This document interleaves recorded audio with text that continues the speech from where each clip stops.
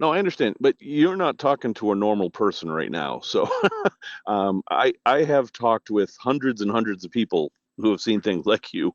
So, so this is not that unusual to me. Um, I do have a very important question to ask, though. How do you know it wasn't an alien?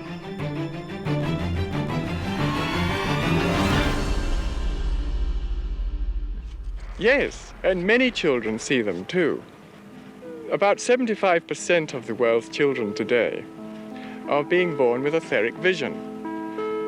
And when your children talk with people and have daydream playmates, the chances are they are actually speaking to some of these people. Because these angels or angelic forces or nature spirits, as they're often called, will often make themselves seen. And all of a sudden I hear him go, whoa, or, something like that. So I look up.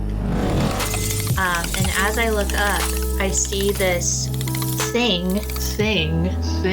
And I said, I've never seen a butterfly like you before. I know that the paranormal is real. Listen. As soon as I spoke to it, it turns around and makes eye contact with me. And then it stands upright. And it was at that moment that I saw it was like an orange light appear above this row of trees. And from this sort of orange light, this thing appeared. Its wings were actually like sycamore leaf shaped.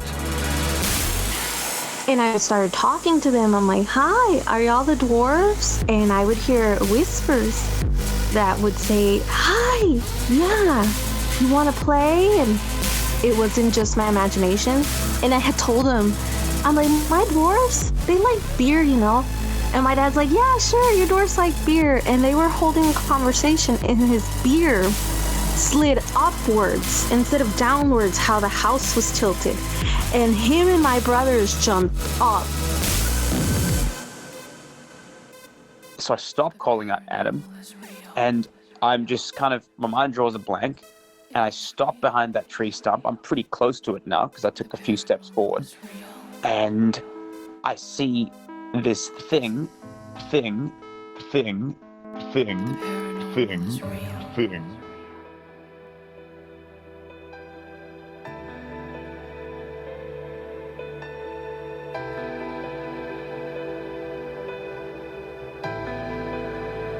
I can hear you now, yep. Now I can't hear you.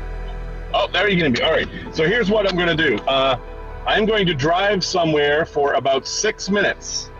Then after that, I can spend as much time as you'd like.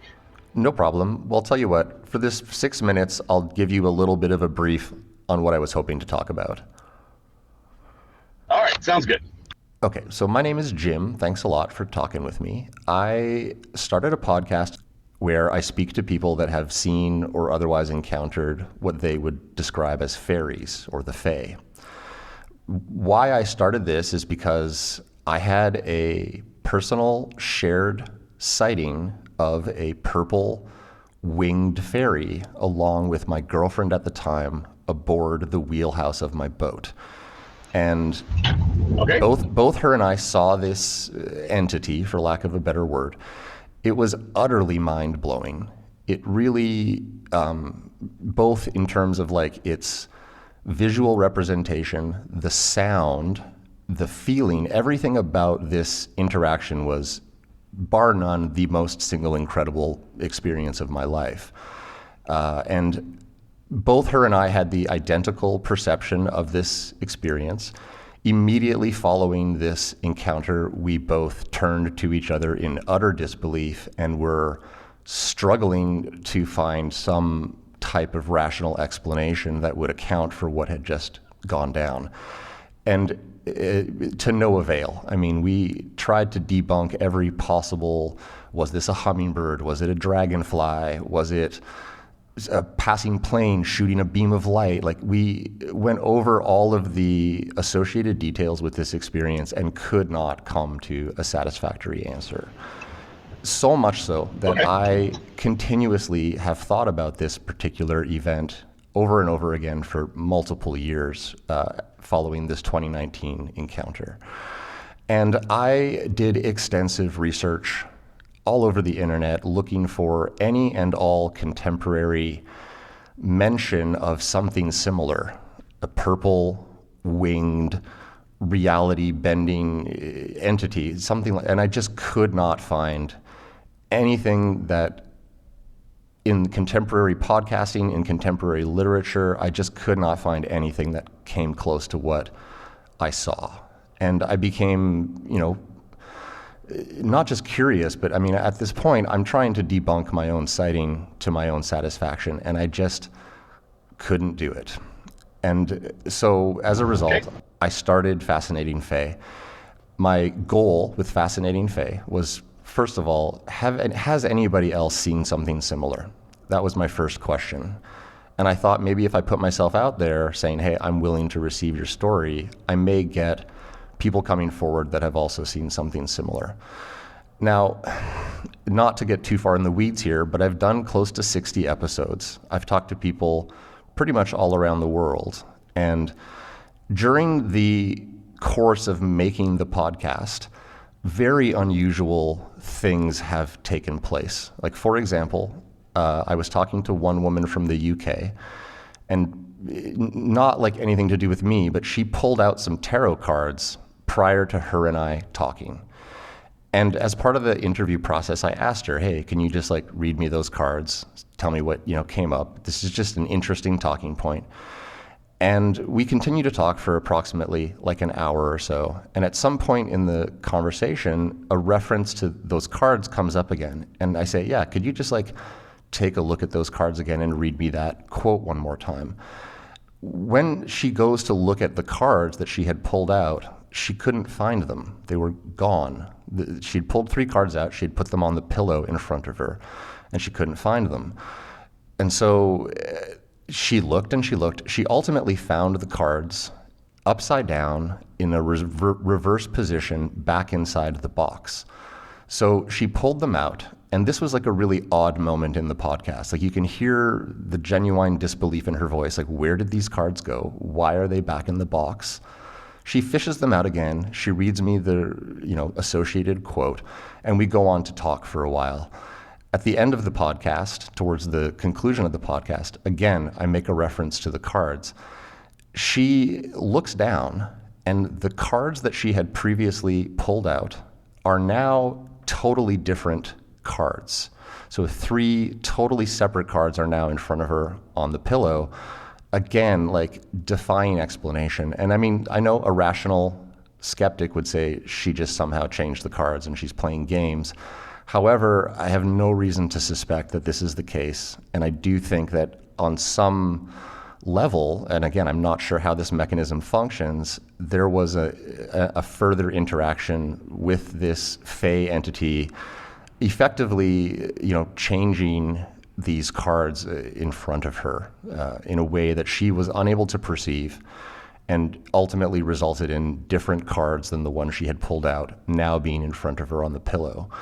That's one example. Another example would be that I was speaking to a fairy artist who's kind of like a macabre or darker kind of artist, and this particular woman really is interested in like skulls and bones of animals. She collects like different squirrel skull, things like this from the forest. She, just to kind of give you some context, she was donating one of her illustration books to the podcast as a gift prize for my listeners. And I kept asking her, can I please pay you for this book? And she would not allow me to pay for the book. So be it. She's just wanting to support the show and give me this gift. So I call her up to do an episode where I'm talking about the book with her. And her name is Brett. She goes for a walk in the woods to talk with me. And we're having a pre-conversation just like you and I are having now. She decides, I'm going to sit down on this log to talk to James. So she approaches this log. She sits down on it. She starts talking to me. We commence the episode. I get to the juncture in the episode where I'm telling everybody, hey, Brett is donating her book. She refuses to pay for the book. Thank you, Brett. And as I'm telling her this, she interrupts me. James, whoa, sorry. I said, what? She looks down, and right in between her feet, where she had just, 5 minutes earlier walked over this area to sit down, there is a completely clean raccoon skull sitting between her feet. I know, interesting. And so, not to bore you, but I could go on with at least a dozen examples caught on tape of what would appear to be some sort of communication or interaction taking place with the podcast, the guests, and these very, very difficult to describe experiences. And there's been enough of them that if you're trying to just, again, apply that skeptical eye and you say, oh, okay, the one girl's lying about the tarot cards, well then, okay, maybe this girl's also lying about finding a skull. And then, this other guy's lying about his telephone charger leaving his pocket when he was camping and then being back in his house. Again, I'm just sort of paraphrasing here, but the genuine disbelief that you can hear in people's voices real time as they're talking to me is not something easily faked. And the nuance of what would appear to be some sort of interaction with the Fae taking place is narratively complete. Like they seem to be listening to the show. They seem to be doing things that complement the narrative, which I'm putting forward, which is that these entities are real. I had an encounter with one, and other people also have encounters and exchanges with them. So that's where I'm coming from. Okay. Now, my background, right, just so you can understand who you're talking to, I am Canadian. I was heavily involved in the cannabis industry prior to cannabis legalization, and when cannabis was legalized in Canada federally, I was in an advanced position and was able to transact with publicly traded companies and other entities around that time, effectively allowing me to retire. And so, I've got a fairly diverse background, cannabis being, of note, but I've also worked in the publicly traded sector. I've done all kinds of credibility-based work with environmental organizations, community groups. I'm not a wacko. I have a good name. I have a reputation to uphold. I, have demonstrated my ability to achieve financial success, relationship success, business success, so on and so forth. So I'm not some fringe guy, totally tripped out by this and spinning some narrative that, is not true. Rather, I'm really deeply confused, initially by what I saw, and then subsequently what has unfolded during the production of the podcast. And the podcast, again, being an earnest attempt to gain some sort of empirical data, some sort of, insight into how I may or may not validate, prove, or otherwise disprove this entire thing. So that's where I'm coming from. I'm a huge fan of Skeptoid. I love Brian Dunning. I love his no-nonsense, no bullshit approach. Sometimes I may feel like he minimizes subject matter down to, the short format, but notwithstanding, he's somebody that I look up to and hope to, model myself after, in the sense that I'm not trying to say these things are real. I'm trying to say, I believe they are real. Here are the open book kind of scenarios that you can listen along with. You tell me, sort of thing. And what that's done is it's kind of made me a bit of a black sheep within the paranormal community. Yep. And that's okay, because again, there's this weird contrasting thing taking place. On the one hand, I'm not sure what this exactly is that I'm experiencing and that others are experiencing with me. And at the same time, I do not appreciate, enjoy, or subscribe to New Age thinking, New Age philosophies. Most of it is so terribly, obviously, inconsistent or incongruent with reality that it seems to threaten the very, very, very niche community of fairy believers that, my show seems to be demonstrating the real presence of these Fae through extraordinary experiences that people can listen along with, and that B, I don't know that it's real. And so I'm in a bit of a confused position, because prior to this, I was a pretty normal dude outside of my cannabis work, you know. Can I ask you a couple of questions? Please. Okay. Well, actually, first I have to make a statement. Any skeptic who tries to explain what you saw is a poor skeptic. All that skeptic has is your story. That's the only evidence there is, and the only conclusion somebody with a skeptical mindset could make from that is that they don't know. They know you saw something. I mean, unless there's a reason to not believe you, which I don't have, and I'm assuming they don't have, they know you saw something. They don't know what it is.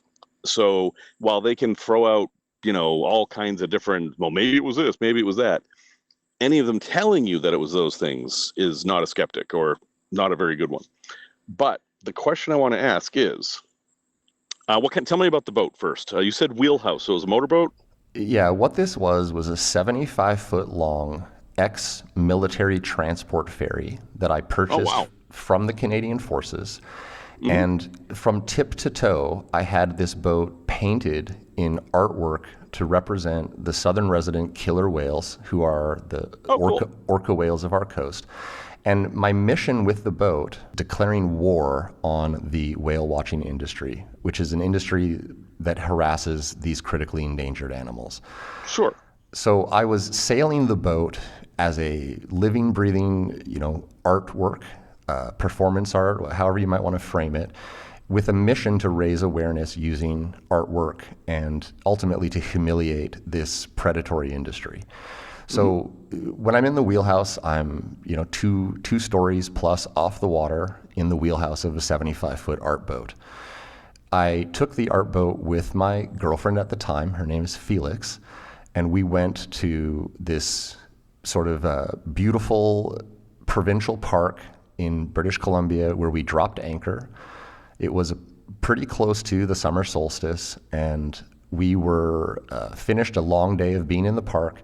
We were sitting aboard the boat, and in the wheelhouse, we were basically just finishing up some dinner. She and I are both vegan, so we were just eating like dates and bananas and drinking some kombucha. And we were having a laugh at this exact moment about the internet meme of Chihuahua or blueberry muffin, which is pictures of a Chihuahua or a blueberry muffin from overhead, and they do look very similar. So it's funny, and we were just laughing about this. It's one of our favorite jokes. She was somebody who worked as management in my cannabis dispensaries for several years. So somebody, that we just were sharing a laugh about something in the past. So we're laughing. She's basically sort of sitting, in my lap. We're on the bench seat of the wheelhouse. The steering wheel is right in front of me. There's kind of maybe like the interior space of this wheelhouse would be comparable to like a interior of a Purelator truck. Kind of, pretty big, but not super big. Yeah. And there's specifically like semicircle windows made of thick glass that, there's about 8 of them, and they kind of go in a semicircle, allowing for sight lines from within the wheelhouse. Sure. So we're laughing. The sun has pretty much gone down. It's like purple in the sky. And then from our left, we hear this incredibly loud noise, which upon hearing it and upon reflection, the best way that I could describe this to you is it sounded like a winged animal that is operating its wings in a similar fashion to a hummingbird or a dragonfly or a bumblebee. Like you could distinctly hear the but not a hummingbird, not a dragonfly, not a bumblebee. This was like a harmonic blend of various winged animal sounds. But so there's that. So the first, like the quality of the sound was distinctly something with wings approaching, something that is flying in a similar manner to a hummingbird when I say you're hearing these wings. And the actual quality of the sound was I still can't really put my finger on it, other than to say it was a harmonic blend of multiple winged animals is kind of what it sounded like. But secondarily, the volume level of this approach was so loud. It was so loud that I would equate it to like if you were standing in a crosswalk and you're walking and somebody just rips past you on a Harley Davidson and you can like feel it, and really, you know, you would get like scared if you were looking at your phone and you're walking across the crosswalk and all of a sudden you hear this, you know, it was like that kind of boom, snap my head up, what the fuck is that? And we could hear it coming very quickly from the left. So the first perception was the noise and the direction. Now, everything I'm about to describe to you took place in approximately 5 seconds, so not very long in terms of real-time perception. So now this noise, and then through the glass, not through an open window, but literally right through the glass, this brightly illuminated purple thing, approximately the size of a soda can, give or take, maybe a little bit smaller, ingressed into the wheelhouse right through the glass. Sorry, I'm getting goosebumps as I talk about it right now. And it just like came in with such ferocity of volume and speed that this was an unmistakable thing. Like this wasn't, oh, hey, did you see that? No, this was so into the wheelhouse, so right between us, so in front of us that it would have been impossible to not perceive. And it comes in through the glass, pauses, and when I say pauses, this is another quality of the experience that's really difficult to explain. It comes in and it just stops so perfectly and suddenly, like on a dime, as people would say. But this was beyond that. This was like precise, like watching a robotic arm in a car manufacturing plant, like so precise, and immediately stopped between her and I, approximately at our chest level. Again, she's sort of sitting in my lap and we're laughing. So it's kind of right at our heart level, right between us. And this is when I saw it most clearly. So what I was looking at is so very difficult to describe. I'll do my best. What it looked like was a humanoid figure. You could see the wings on the rear of this figure that were similar in design to like a dragonfly wing. There was four, like there was a larger lower wing and a smaller upper wing. Each wing emanating directly from the shoulder blade position of this thing, and moving. The wings themselves were moving comparable speed to like what it would be like to try to perceive a hummingbird. So you're not really making out the wing in any stopped clarity, but you're seeing like, okay, there's four wings there, they're coming off the back and they're currently beating. But also this thing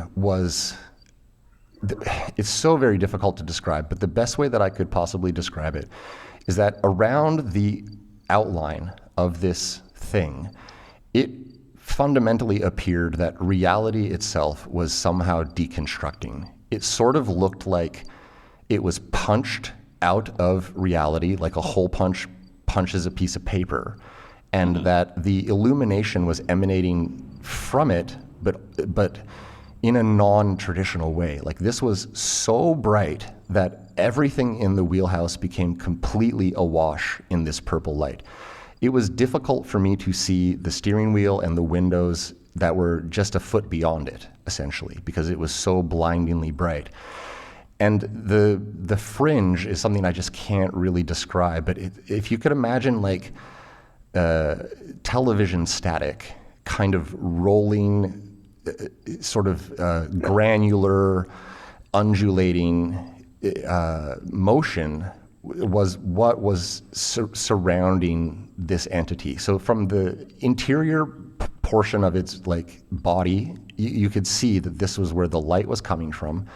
As you moved towards the fringes or the outline of it, it really looked like it didn't belong in reality. I've never seen anything present itself to my eyes that close to my face that had this much going on. It was very, very difficult to understand in the moment. So again, I'll just kind of take you through the full 5 seconds here. So we're sitting there, we're laughing.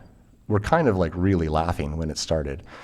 It comes in, vroom, stops. We both look at it. I'm like, it was so intense that I didn't even emotionally or like physically react at the time. I was just looking at it. And then it took off in the opposite direction, moving to the right, and again, outgrassing right through another pane of glass, like as though these panes of glass had no impact on its motion whatsoever. And these are like heavy roll up, roll down windows that were not open at the time. Even if they were open, there's a rain cover that surrounds the wheelhouse, and this thing would have had to kind of go like over to the window and then scoop down in a J motion to come up and into where one of these windows open from. This did not take place. This thing moved straight from left to right through the windows in an unbroken trajectory. And it was a straight line? It was kind of like a parabolic arc coming from the left. You could sense from the auditory part of it that it was coming initially somewhat behind the wheelhouse and over to the wheelhouse. It then came in. When it was in the wheelhouse, it was like being in an earthquake. The volume level, the illumination level, the weirdness of the illumination, the quality of the purple color, all of this is beyond comparison that I could rationally or reasonably give based on other things I've seen, because I've never seen anything like this before. And then it took off through the right-hand window and left in a fairly similar trajectory, because you could hear it go off to the right and then somewhat, go behind. And just for some context, I'm in a boat in a bay. The bay is maybe like a half mile across. And on either side of the bay is old growth forest in this provincial park. So it would appear to have come out of the forest, across the water, into the boat, left the boat, and went back into the opposing forest on the opposite side of the bay, is essentially what my perception would be. Now it leaves. And as soon as it leaves, I realize that is clutching my arms and digging her fingers into my arms, like hard. And I am grabbing her clothes kind of around her chest and neck area. And I'm also like, I've got her shirt like crumpled into my hand, and I'm pretty much like pulling her towards me. And we sort of like come to, if you would, looking at each other, realizing we're grabbing each other. And immediately just, what the fuck was that? What the fuck was that? Yeah. Back and forth, back and forth, back and forth, back and forth. What the fuck was that? It was so immediate of a reaction that both of us had. Like, there was no ambiguity. Hey, did you see that too? We both clearly saw this thing, heard this thing, felt this thing. She's more of like an artistically inclined person and probably spent 3 years trying to depict it in art to her satisfaction, like trying to paint or draw what she saw.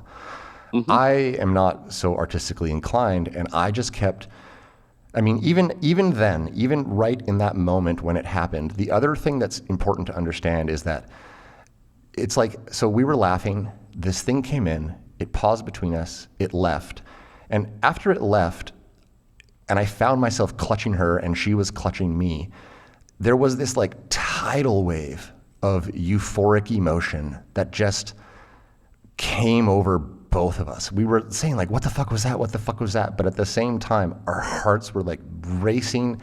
I had full body goosebumps. I felt like I'd done a bump of coke and fucking, like I was so whoosh, like all over my entire body was intensely energized, for lack of a better word, like electrical charge almost. And we were like unable to sleep that night as we tried our best to debunk it. Was this a hummingbird? No, it was too fast. It was too precise. It came through glass. It was illuminated, so that rules out the hummingbird. Was it a dragonfly? Like, there's only in the west coast of British Columbia a few selections of known animals that this could have been, and none of them demonstrate the aerial maneuverability skills, the illumination, the volume that this thing did. This was in a class of its own and utterly mind-boggling. I don't know how to describe it any better than I'm describing it now. Mm-hmm. Again, with the caveat that prior to this, I was not a paranormal person. Really, I was focused on, human rights and access to medical cannabis from a harm reduction standpoint, largely dealing with the opioid crisis in my community. You don't have to worry about establishing your credibility with me. That is not a problem. Yeah. No, but I do find when I start to tell this story, there's an instinctual need to do that just even for myself, No, I understand, but you're not talking to a normal person right now. So I have talked with hundreds and hundreds of people who have seen things like you. So this is not that unusual to me. I do have a very important question to ask, though. Of course, sure. How do you know it wasn't an alien?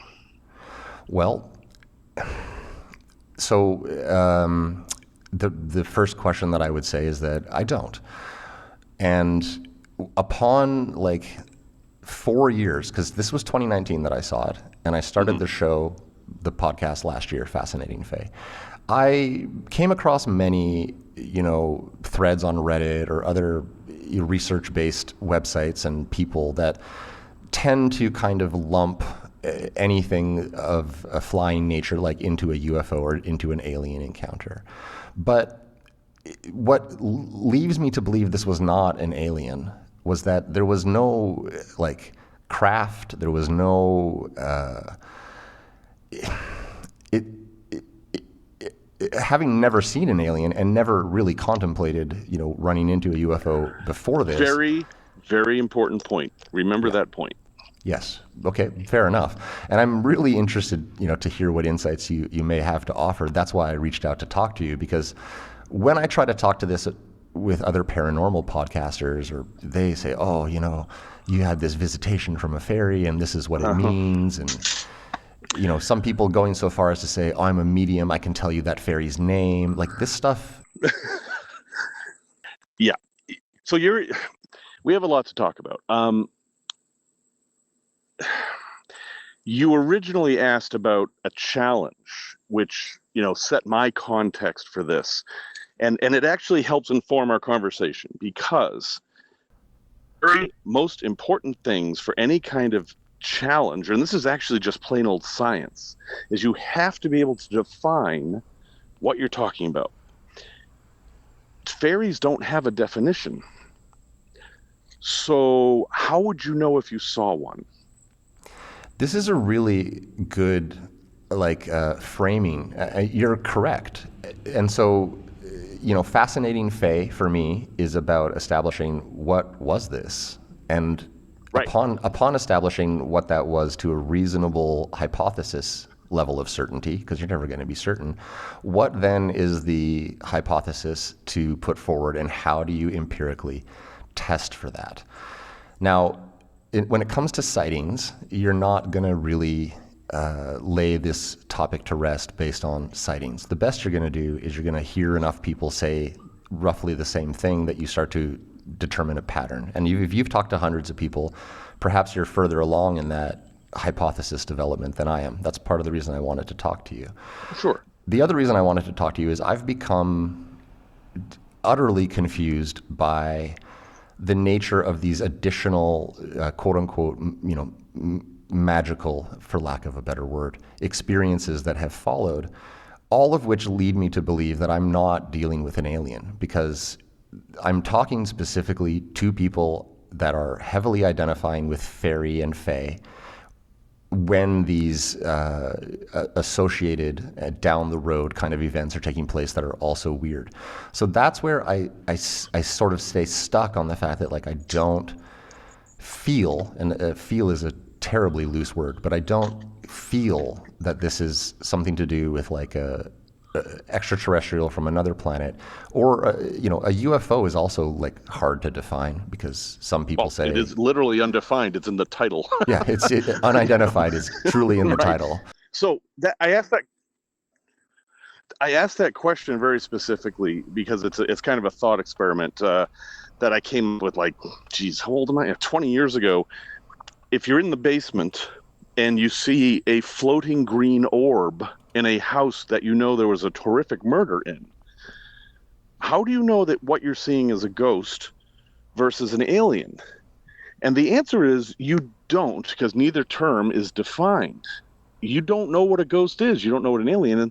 And the same thing applies to fairies. So for some reason, after you saw this thing that we don't know what it is, and I believe you saw this, we can just put that aside. You saw something. You decided it was a fairy at some point rather than a ghost or a spirit or any of the whole bunch of other things that could possibly be assigned to such an object. So what made you go to fairy? I would say that the main things were this. Number one, it was winged. Number two, it was a diminutive size. Okay, so which both, if I look at like all of the quote unquote paranormal topics and subtopics that it could have been, fits the best. The other thing is that the coloration was unlike anything that I find in traditional, ghost, orb, UFO discussion. And then I guess lastly is like, after looking at everything else it could be, I have very begrudgingly, arrived at the conclusion that this most accurately fits the description of a fairy.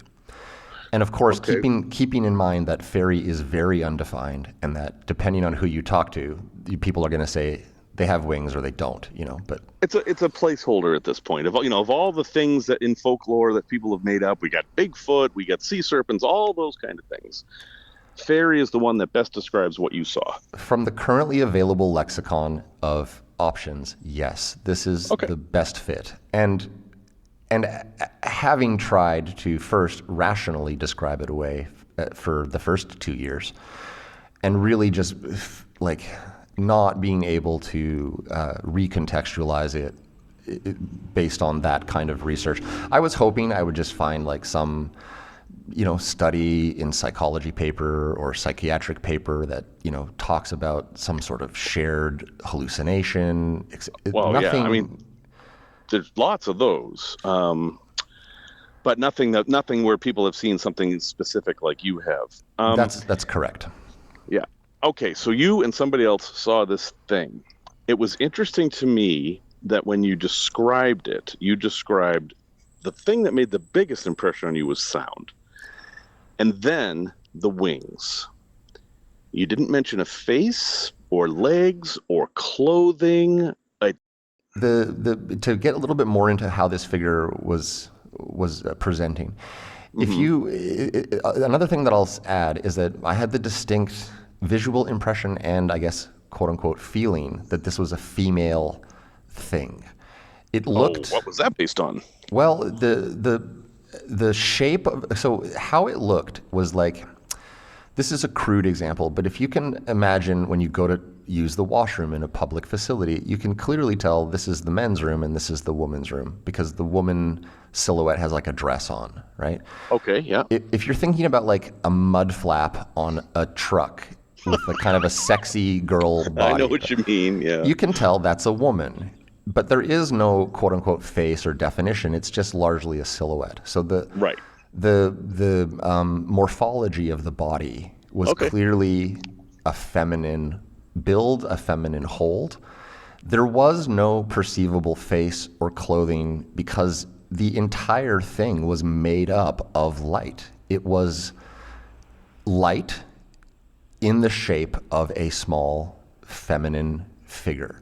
And it had legs and arms? It had legs and arms. It had a torso. It had a head.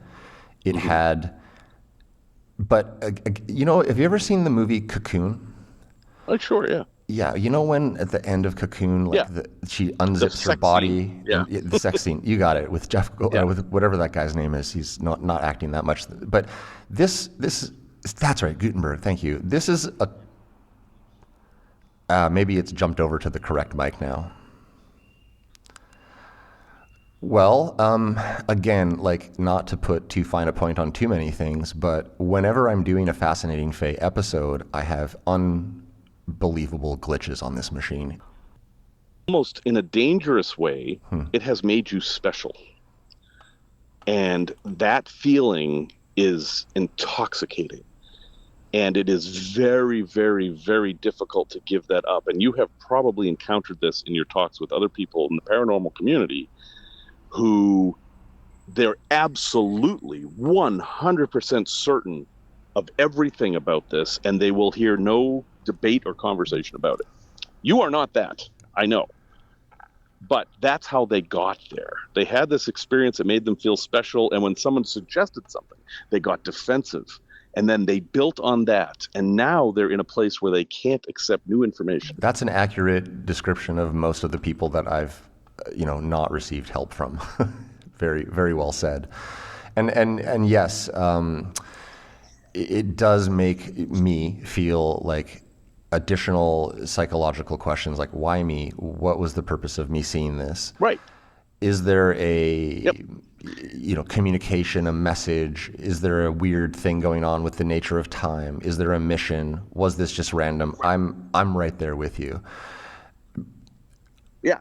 So, but I'm cautioning you that if we start talking about the tarot cards or the raccoon skull or the audio glitches, you are primed now that anything that happens is going to fit into this narrative that, and again, I'm not saying that you are believing this, but there's this narrative that you are somehow special, that fairies are active in your life, and that they're sending you messages, which is religion. You're absolutely correct. And I would add as well that the experience of that confirmation bias unfolding can be quite heady. You can find yourself quite off the map in terms of what you would normally be thinking in any situation. And so, I've had enough things happen in quick succession with the podcast that at times I've literally had to stop working on it because I can feel that irrational wave that you're articulating overcoming me. Mm-hmm. And that's when I usually put it aside for a while to make sure that I maintain my objectivity and I'm not just getting swept up in the idea that, yes, this is real. Yes, I'm onto it. No, but you are among the most qualified paranormal person because you aren't selling anything. You're a curious person who had this event who wants to know what the fuck happened to them. I could literally kiss you because my biggest complaint with my contemporaries is that they all have something for sale, all of them, whether it's a book or a class or even just themselves, is sort of for sale, if that makes any sense. Right. And they have to make you believe so that it validates their belief, and that's that trap.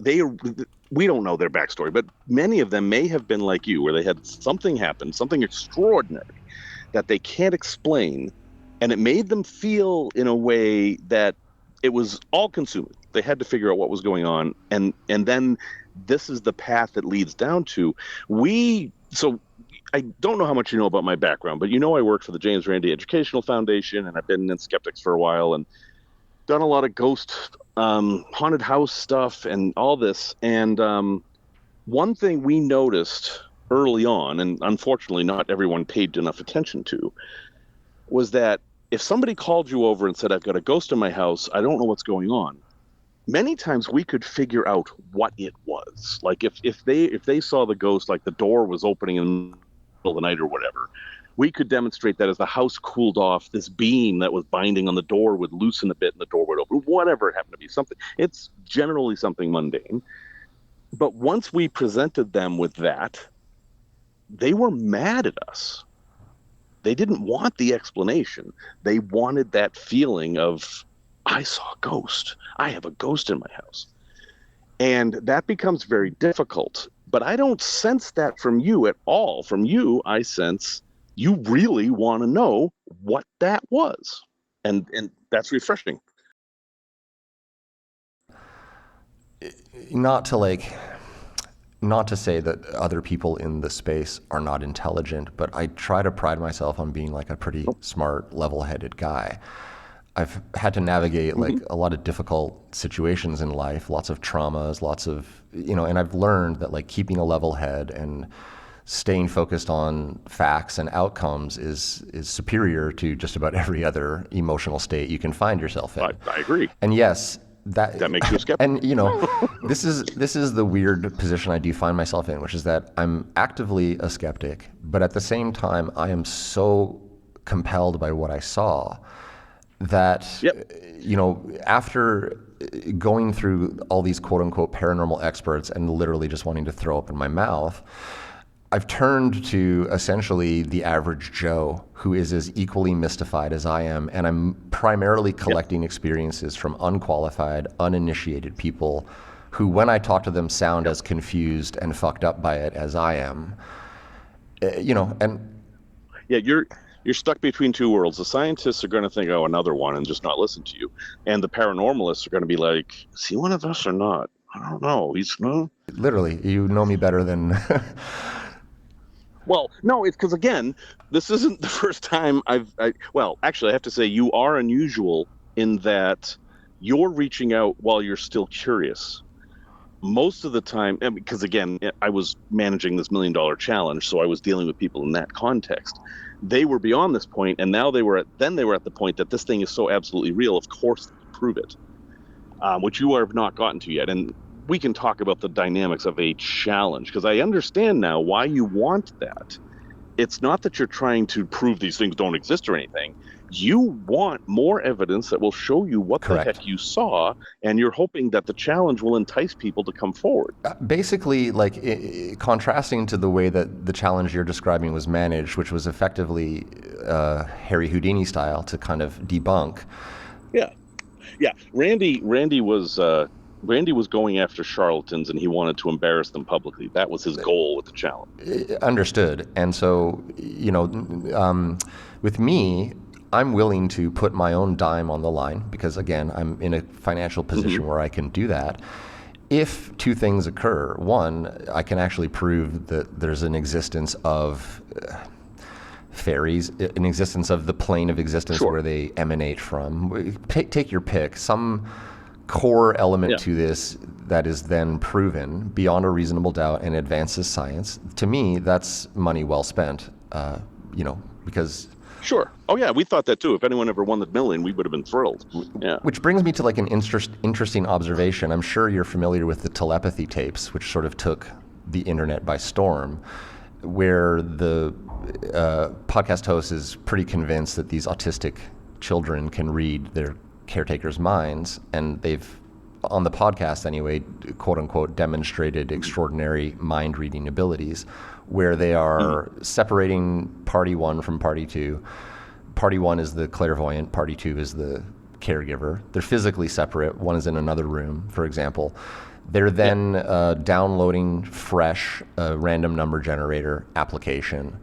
The number is being generated. They're showing this number to person two, and then according to the podcast, if you take it at face value, party number one is then with 100% accuracy saying these are the four numbers that party number two is looking at in another room. This is they would win. They would win. If they could do that under our conditions, which would just be plain old scientific conditions that they would have agreed to, they would win. They would be $1 million richer. And so that's where I fall apart as I look at the extreme popularity of the telepathy tapes, which at the time, maybe 4 months ago was the number 2 podcast on Apple Podcasts in the United States with 100,000 weekly listeners. This is a huge audience for that kind of narrative. Why then is, Akeem, the East Indian kid with autism, and his mother not knocking down your door and winning $1 million? Yeah. Well, my door, I left the JREF 15 years ago, and the challenge is not what it used to be. However, there are other groups such as James Underdown's group from Center for Inquiry in California that would love to test them.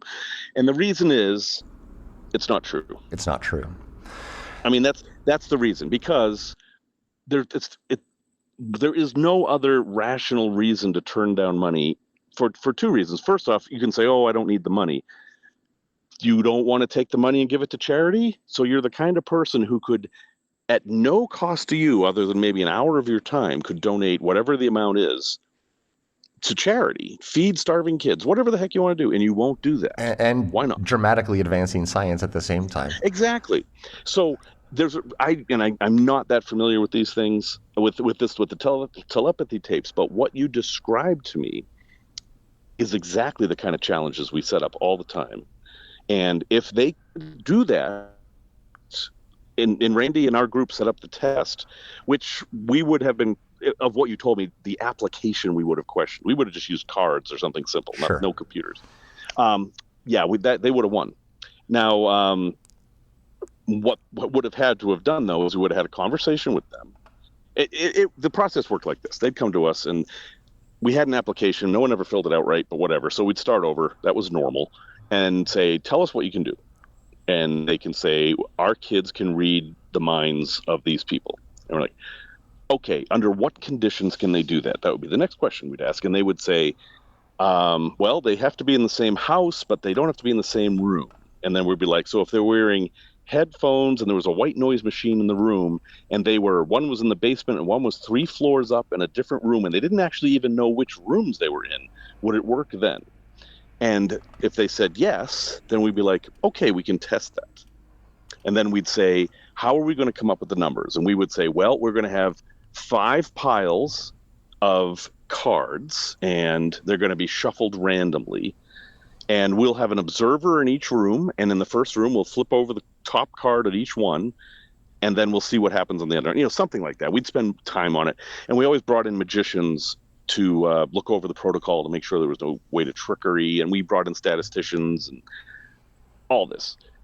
So if they could do it, then they absolutely would have won the $1 million. And of the hundreds and hundreds of people we tested very similar to this, none of them came close to winning. They were all random chance.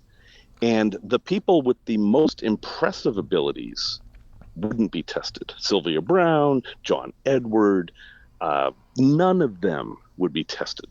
And you have to ask why. The obvious answer is that it's not true.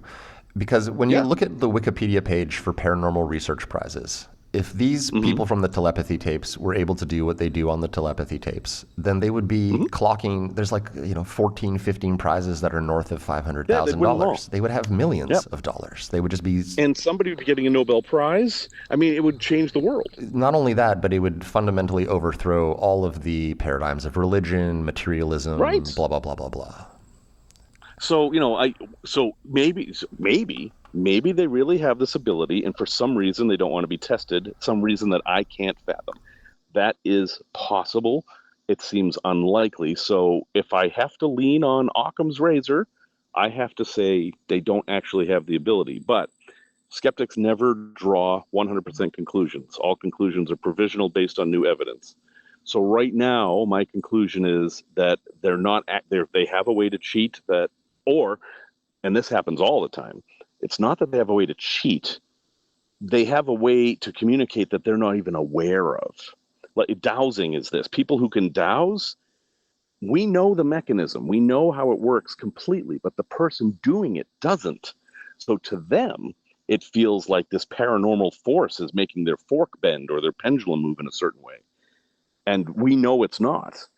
And it's fascinating because they absolutely 100% believe that there's this force that is forcing the pendulum to show male or female or to find water underground or gold or whatever. And yet we understand the phenomena completely, 100%. We know exactly what's going on. And when we show that to them, they don't believe us.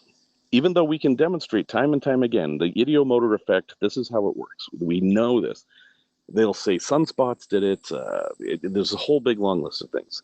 And that's what leads me to my conclusion that people who have events like this happen to them feel special, and they don't want that feeling taken away. The reason I bring up the dowsers is because they are not fraudsters. Well, most of them aren't. They're not fraudsters. They're people who have had this extraordinary thing happen to them that they don't understand, and every time they test it for themselves, it comes back true. They're rational people. They just are missing a piece, this one thing they don't know about. But when they do, then a lot of them just, they can't, they're too far into it now. They cannot lose this thing. So you are not there yet. And I'm hoping that you don't get there. You are exactly right where you should be. You are actually a skeptic. You are a scientist of sorts trying to explain something that actually happened. And that's a great state to be. But you are in danger of going to the point where this event is the most important thing that happened to me. I definitely saw fairies, and I will hear nothing that challenges that. You know, I'm happy, and I would be happy if somebody could, in a nice bow, you know, like idiomotor response, wrap up my sighting in a satisfactory way. Now, of course, that was not the idiomotor response. Well, in my case, probably not. You know, there's the famous example of like the telepathic horse who. Yeah, Clever Hans. That's right, Clever Hans, who ultimately was just reading some subtle cues from. Perfect example. Yes. Exactly. Perfect. The telepathy tapes could be as simple as that. And then they're not fraudsters. They just don't know.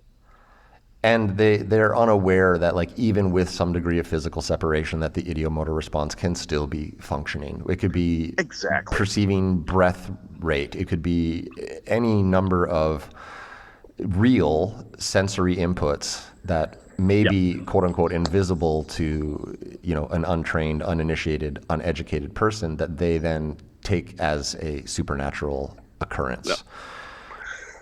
So for you, you've had this event happen. You want to know what it was, and you're curious if other people have an explanation, if they've seen it, whatever, and you started this podcast looking for that. That is all great and wonderful. But I would ask you to go back, if you really want to figure out what this thing was, and you probably never will, but if you want to increase your confidence that your provisional conclusion is correct, and that provisional conclusion may not end up being fairies, it could be something else, then you have to go back and write down the most basic facts about the event. For example, the color purple is not insignificant. What do we know about the color purple?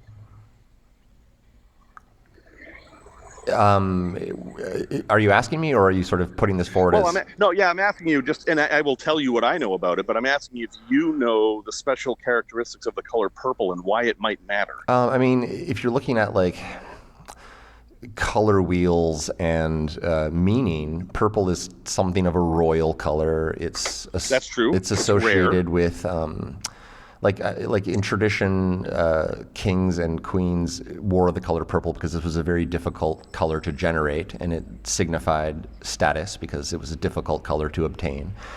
Beyond, now you're Canadian. Yeah, and beyond, right? I'm Canadian, yeah. And beyond that, I mean, I haven't really found too many associations with the color purple other than what these mediums and other people tell me, which is that it's the color of the heart, it's the color of royalty, et cetera, et cetera. Blah, blah. I'm putting that stuff aside. Let's stick with what we know about the color purple in science. So color purple, it's a high wavelength.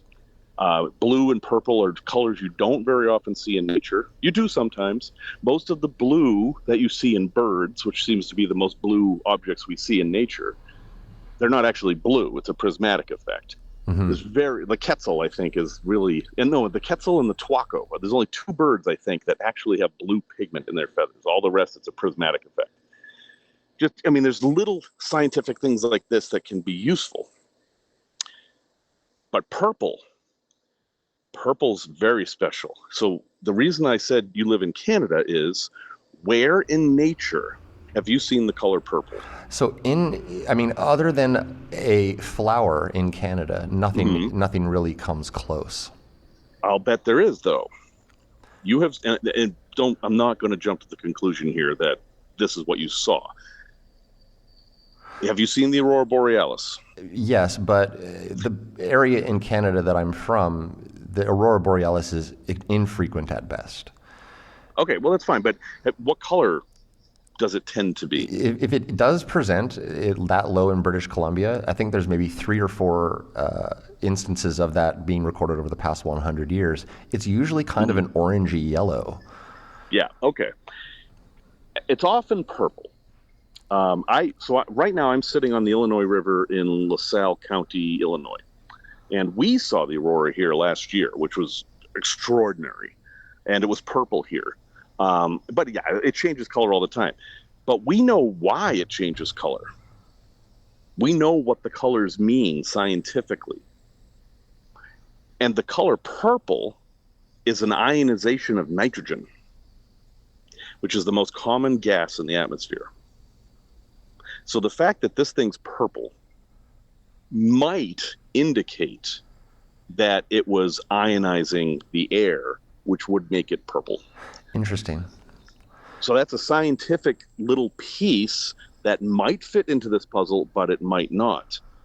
Also, you said it went from one side to another in a parabolic arc, pretty much. That's accurate. That very much describes some natural phenomena. And again, I am not suggesting this is what it was. I'm giving you more arrows for your quiver. Electrical discharge. Have you ever seen what happens when a branch falls across two power lines? For sure, that type of arcing discharge. Yeah, and it moves. It moves as the insulation and oxidation is burned off the wires.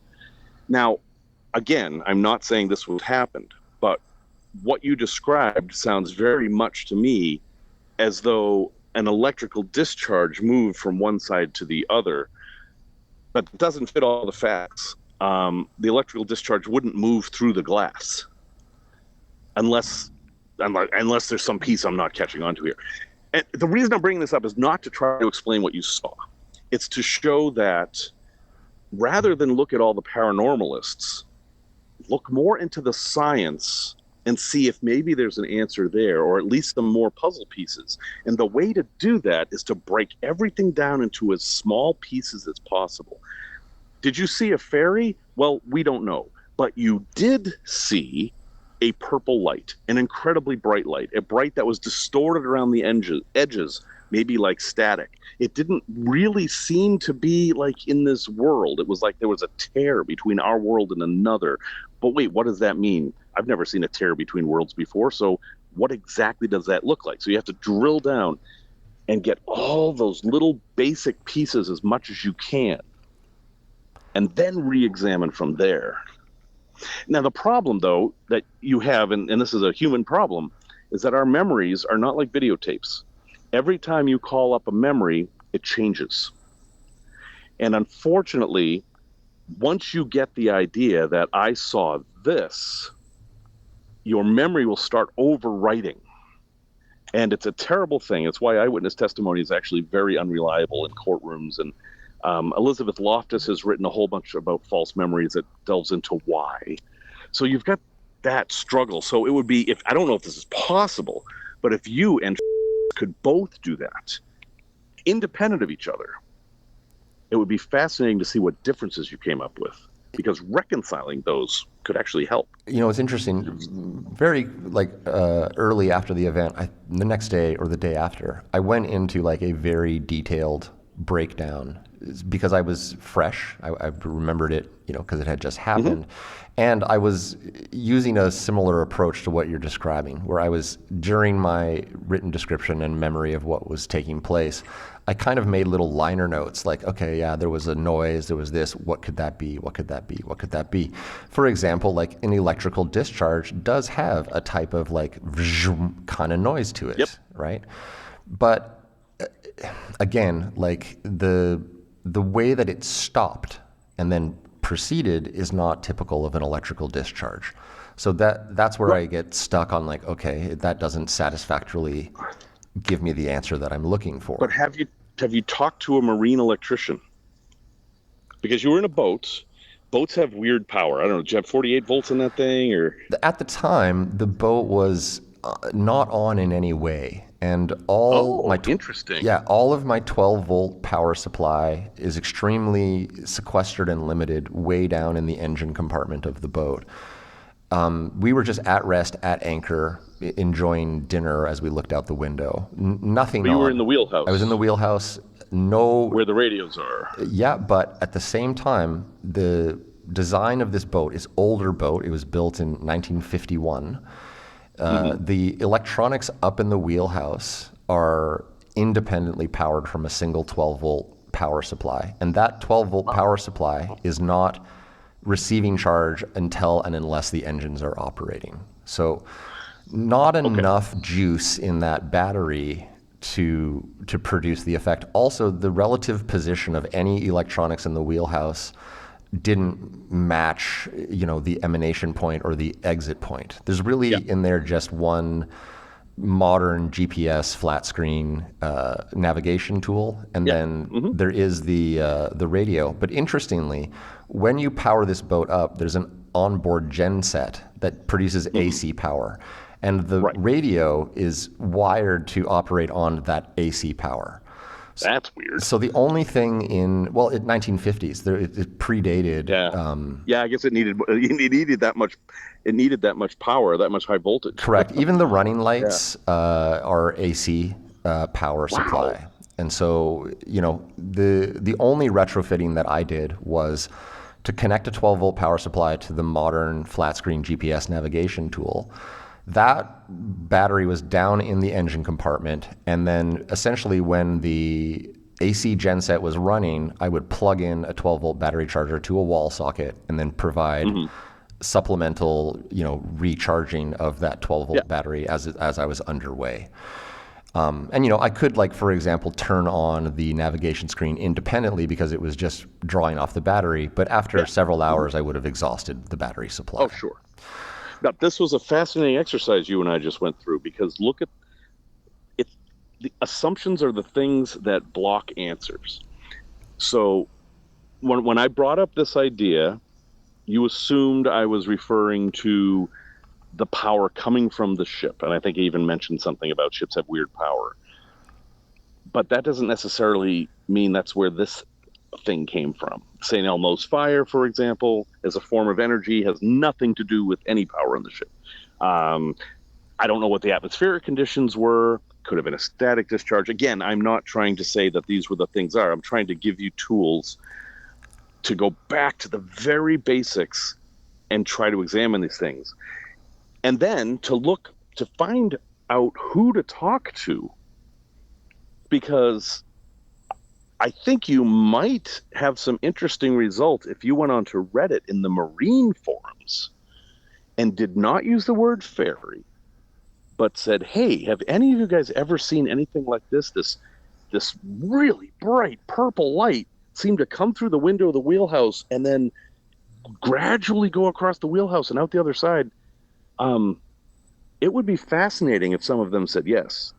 Actually, that's a very compelling thing to consider, and I will actually be doing that when we're done talking. Good. Yeah. Good. Let me ask you a question. Okay, so this is a really healthy exercise for critical thinking, for the principles of curiosity, to quote Brian Dunning. I think he stole it from me. Oh, really? Interesting. Yeah, it's all right. That's cool that you know Brian, because he's just a long time voice in my ear, so. I know Brian. I've known Brian for a very, very long time now. But he's I do his trips. So we just did the Bermuda Triangle trip, for example. I put his trips together, so I work with him quite a bit. Yeah, they're doing Death Valley next, I guess. Yeah, I'm not doing that particular Death Valley, but I set it up for them last year. But anyway. So I know Brian. He's low-key, very hilarious, and I do appreciate his humor so much. Very smart guy. And very grounded. And his tone of voice is just so low-key hilarious when he's... Yes. When he started the podcast, I used to pretend to be him at parties, and I was like, and this is Brian Dunning for Skeptoid. And oh, that's a pretty good Brian Dunning. Holy shit. I've been on the show 4 times. But yeah. Okay. So Brian is the reason I am associated with Brian and not Michael Shermer or CFI or any of these other organizations is because Brian tries the best he can to be a true skeptic. He will never say, oh, that was just this, without any evidence to demonstrate that's what it was. He said, this might be. And that is very, very important to me. He does not dismiss believers. He is not out to shame anybody. He is just saying, look, This is the input I got. This is what I found. And this is my provisional conclusion. I'm happy to change it if I get more evidence. And I think that's the way to be. Occasionally, you can tell that he's not quite resolved himself. Right. He and I, well, just to give you an example, he and I got into it over an episode he did on EMDR, eye movement desensitization and reprogramming. I don't know if you're familiar with that. It is a form of psychotherapy, basically, where I'm trying not to be too technical here, but you basically wave your fingers in front of somebody while they think of a bad thing, and that helps them resolve it. Okay. He believes it works. And I don't actually know why, because my background had me studying that, and it was the way we test if something works or not is to see, you do a double-blind study and you do you look at the results, and the results for EMDR were exactly the same as the results for cognitive behavioral therapy, and EMDR includes cognitive behavioral therapy. That's part of the program. So what does the finger waving do? Well, according to the studies, apparently nothing. But for some reason, Brian absolutely believed it worked. And I never really nailed down why. But when he did the podcast episode, he was very fair about it. He presented the evidence. And then at the end, his conclusion still was a bit more encouraging of it than I would have liked. So I have complete respect for Brian's ability to examine something and stay rational and give the best answer he can. And even though I disagree with him on a couple of things, that's good. That's kind of the proof that he's actually doing this as an independent person. And so, yeah, there's very few people left in the skeptics world that I have respect for, but he is certainly one. You're a really fascinating and valuable person for me to talk to, because my perspective is that the skeptics go too far and the paranormal people go too far. Both are in their camps to the fault of their own ability to make a rational decision. Yep, for the skeptics, they have to be smarter than everybody, and they have to, well, that UFO was clearly just this, and they have to know everything, and often they do. They're very smart people. And for the paranormal people, it's like, no, that's my ghost. I saw a ghost. Nothing you can, and that's it. They just get into these. The Bigfoot thing is the perfect example of this. I saw Bigfoot. No, you didn't. Yes, and then. So yes, I'm sorry. I can get a little heated up about this issue. That's really refreshing, honestly, because maybe a little bit too much. I've been talking to the other camp who are trying to recontextualize my story into something that fits their narrative. Well, yeah, like the woman who knows the name of the fairy. Why do fairies have names? Okay, so again, like trying to define what a fairy is and what qualities it possesses is, basically like trying to, I can't think of another analog, but it's something that. You're saying it correctly. Like, why do they have names? If it was Brian Dunning, he would say because of reasons. Well, yeah, right, exactly. And that's so. It's a very reductionist way of thinking. Everything has to be unpacked. It's exhausting. It really is. It's a lot of work, and most people aren't willing to do it. And when you add in this takes a lot of effort with this makes me feel special. It's really, really easy to understand how people fall into these traps of believing in things that just aren't real. And you're not there. I will continue to say that because it's unusual for me to talk to somebody who's had such an amazing experience and has not fully gone over to the evangelical side of the. I have not heard you say once that fairies are real or that you can prove it. I'll tell you something. This is personal, but it's a big part of the reason that I have this perspective. So my very close friend, Daniel, took his own life at the age of 27. Prior to this suicide, he, for a better part of about 3 years, became utterly convinced that he had perceived, the other side. And in his version of searching for answers, he fell prey to the worst kind of things you could imagine, people trying to sell him ayahuasca retreats, Yeah. people saying, you know, I'm a psychic, I can tell you these forces are in play in your life, these forces are not. He became so desperate for affirmation and confirmation of what he experienced that he ultimately, you know, fell victim to many of these practices, which further confused him. Yes. And ultimately caused what I can best describe as a type of psychological break in which he felt that he had sort of fried his mind and was a shell of the person he once was and had no answers. Yeah. And so I have this kind of chip on my shoulder towards my contemporaries in the quote-unquote fairy community, that they're playing with fire. They don't really recognize that if they fill a person's head with this bullshit, that there could be a very real world consequence to that. And now I have to tell you the story. This is a friend of a friend story. I don't have a source, but I have to tell you because it illustrates what you just said. And if you're having these encounters with people, then you need to have this story. I was told that this was John Edward, the talks to the dead guy. He's a failed dance instructor. That's a whole side story, but doesn't matter. Before he was famous on TV, he would talk to people just like he had his own office hours, and people would come in and talk to their dead relatives or whatever. And this woman's son died tragically in an accident. She would go in and talk to John Edward about his, you know, can you sense my son? Oh, yes, he's here. And, you know, is he happy? Is everything good?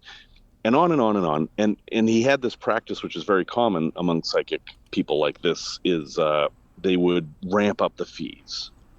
You know, like, oh, yeah, $20. And, oh, I'm going to need 30 this week. And, you know, this is getting really hard, and it's taking a lot of my energy. We're going to have to do $100 this session. Like that and like that. And this was happening to this woman. Her husband starts noticing their bank account draining. And she knows he knows rather that his wife is in pain, and he's trying to be as understanding as possible, but they're spending all their money. So he says, look, this has got to end. And she says, just one more time. And he says, okay. So she goes, pays the highest fee ever. And she says, look, I just have to know one thing. Will I see my son again? You know, when it's my time to pass, will I see my son in heaven? And John Edwards like, you absolutely will. He's in a good place now, and you will be there with him someday. And she says, thank you. And she goes home and kills herself. That is the danger in promoting this sort of unfounded belief. You know, it's what you're saying there is so true. And for me, I think the biggest hurdle for me, having seen what I saw, was twofold. One, there was this part of me that said, okay, this was a very visceral, real experience, which has totally changed my thinking and left me unresolved. Is it possible that my friend DK also saw something and he could not explain it?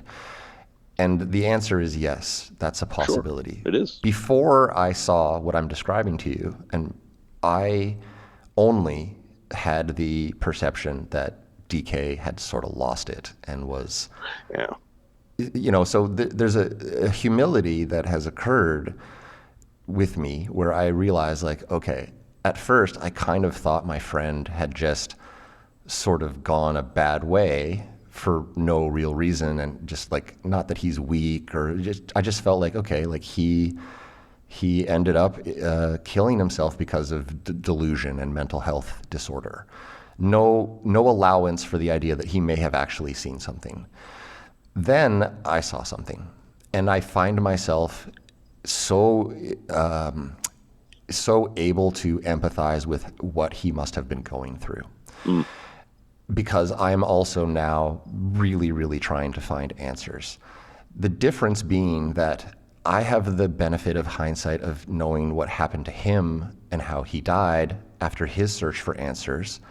And so I am, on my own journey, very reluctant to accept the prognostications and the statements from these various stakeholders who seem to, again, take what I'm telling them and then tell me what it is and what it was.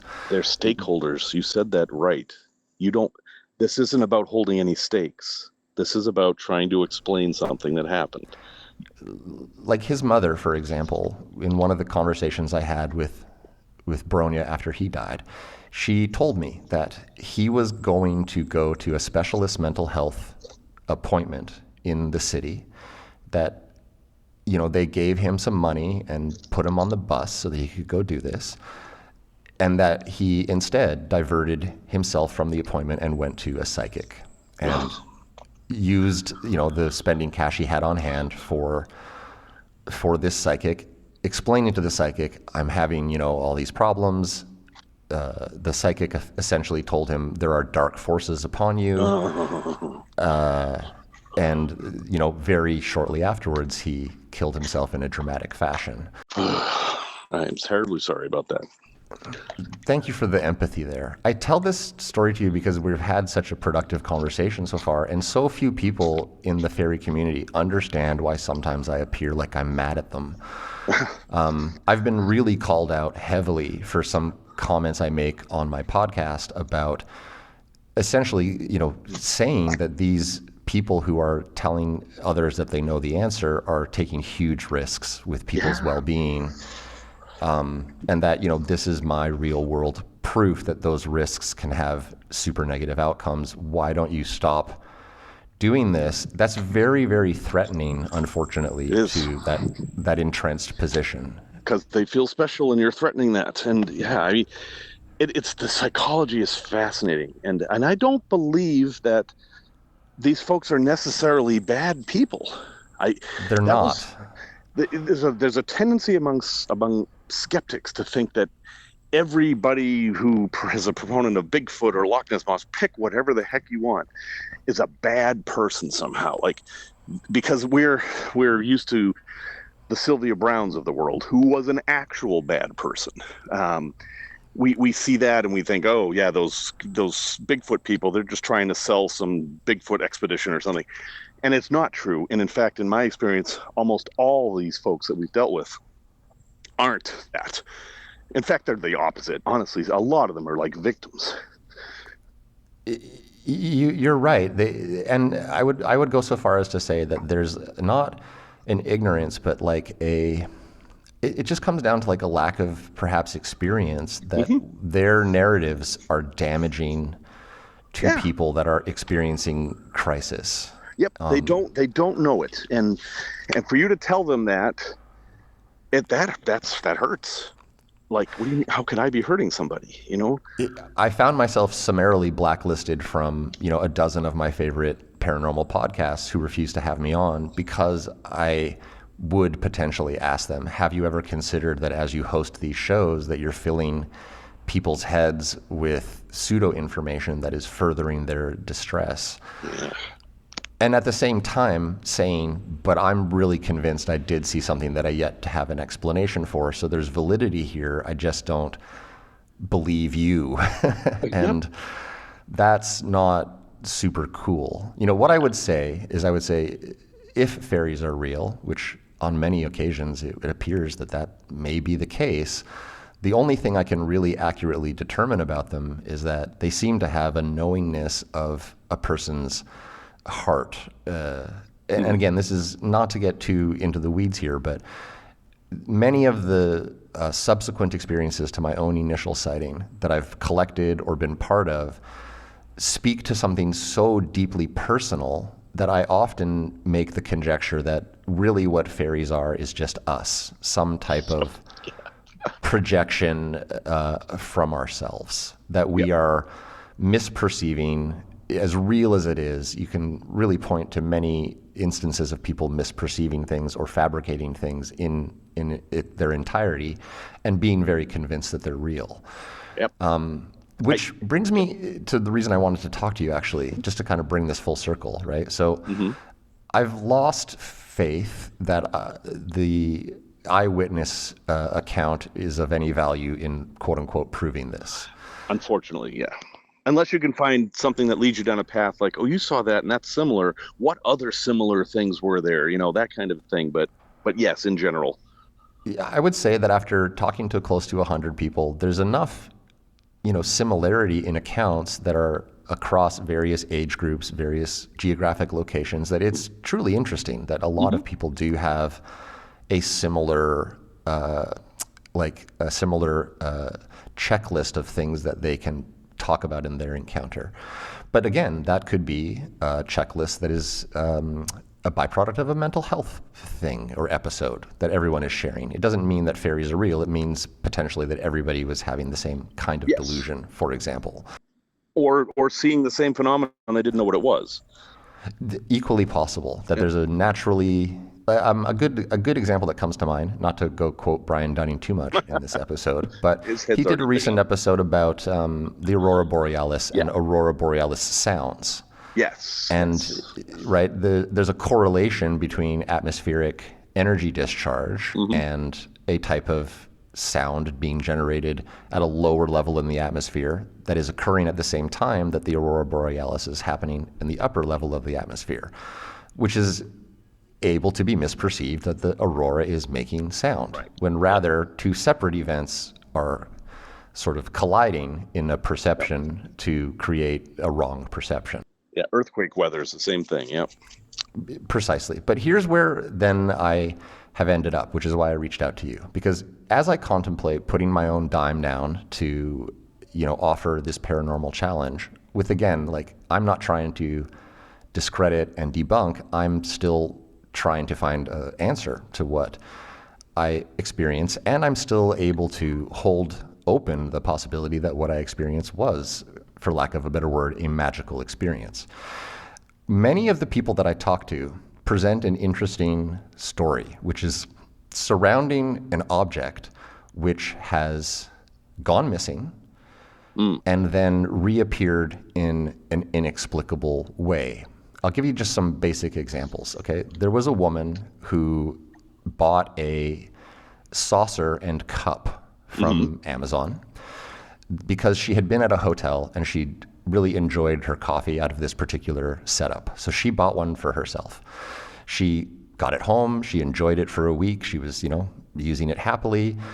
One day she went to go, start her morning, and the night before, she had put the saucer, the plate, and the cup in the dish rack. And when she got down in the morning, the plate was gone, and she couldn't find it. And she looked for it extensively, and to the point where she was looking places it wouldn't logically be, like in the bathroom cupboards, in her car. I've certainly done that, yeah. Now, after approximately a week of searching, she was unable to find it, so she went to Amazon and she ordered another one. She just accepted, this is lost, I don't know how, but I want this thing, and I'm going to order another one. She orders another one. She's carrying about her business. She's one afternoon on a weekday, towards the end of the day, she's at home with her husband, also at home. There's a knock on the door, and she goes to answer the door. It's the Amazon delivery of her new cup. She signs for the package. She takes her new cup. Her and her husband answered the door together because they didn't know who it was, and so they answered the door together. They were standing side by side. They then go back into the kitchen, where moments before she had been cooking. So she'd been making something frying on the stove, and there on the stove, in the exact center of the stove, is the missing plate. Where she couldn't have missed it before because it's right there out in the open. Right there out in the open, and the timing of the reemergence of the plate coinciding with the delivery of the new plate, thus suggesting, if we're just following this to a fairy causality, that the fairy is kind of laughing ha ha ha, you finally got your new plate and now I've returned this plate. Okay. That's one example. Let's stick with that though, because you've got a bunch of them. You've mentioned a few. If someone had told you that story before you had your fairy experience, what would you have thought of it? That's a really powerful question. Before, I would have thought this person is making this up for attention. And yeah, okay, and that's reasonable. I wouldn't think so, but or they somehow misplaced it and forgot, and the way in which it's known that our vision fills in our blind spot. Maybe somehow it was constantly there, but they just didn't perceive it. Right. Then there's the, a third party, like the husband or another was playing a joke. Yeah. All right. So you have all those things. Fairy never, ever would have come into your mind until you had that experience, right? That's accurate. So what's different? I mean, here's an example, right? I go to a baseball game and I see a baseball and they hit it out into the stands and I catch it and I'm like, wow, this is really hard. The next day I hear a window break and my thought is, I wonder if a baseball went through that window. But I wouldn't have necessarily thought that the day before the baseball game. I probably would have thought a rock. Because you've been primed now that every unusual story now goes back to that event that you had. Even if there's no other connection other than, this is weird, I can't explain it. That event I saw is weird, I can't explain it. They must be related. And I'll tell you what, it feels special to think that there is this community of fairies who are subtly interacting with you everywhere you go. I allow for everything you're saying, but just keeping along the idea that, okay, let's say that there is the potential that this is in fact a plate which has gone to another dimension and returned. Okay. Would it then be a testable thing to take plate A, which we know came from Amazon, plate B, which has supposedly or hypothetically gone to another dimension and come back, and would there be a mechanism of investigation on both of these items that could yield an interesting result? Like that plate A, the one which has apparently gone and come back, is somehow molecularly different, is somehow perhaps coded in a element not yet clearly defined on our periodic table, et cetera, et cetera, et cetera. So I would argue that yes, there would have to be, but figuring out what it was would be tricky. Figuring out the testable hypothesis is extremely tricky, especially given my lack of, You'd have to be able to record something when the event happened. So just taking this example, there's a saucer, it disappears. Well, that saucer took up space. That saucer had mass. And now that space that it took up needs to be filled in with something. So we're going to assume it's just air. So that means the air pressure in the room at that moment must have gone down a tiny little bit. So that's detectable. There's something detectable there. And then when it comes back, the problem's actually a little bit more difficult because the plate is appearing in a place where there's already matter. There's air there. Does it push the air aside? Could you somehow have a locked room with no fans or anything and then had a sensor in there that could detect any air disturbance? I mean, this is the kind of thinking you need to do when you're going to set up these tests. But we're talking fairly high level physics here. That's well beyond anything I could ever think of setting up. But that's how you have to think.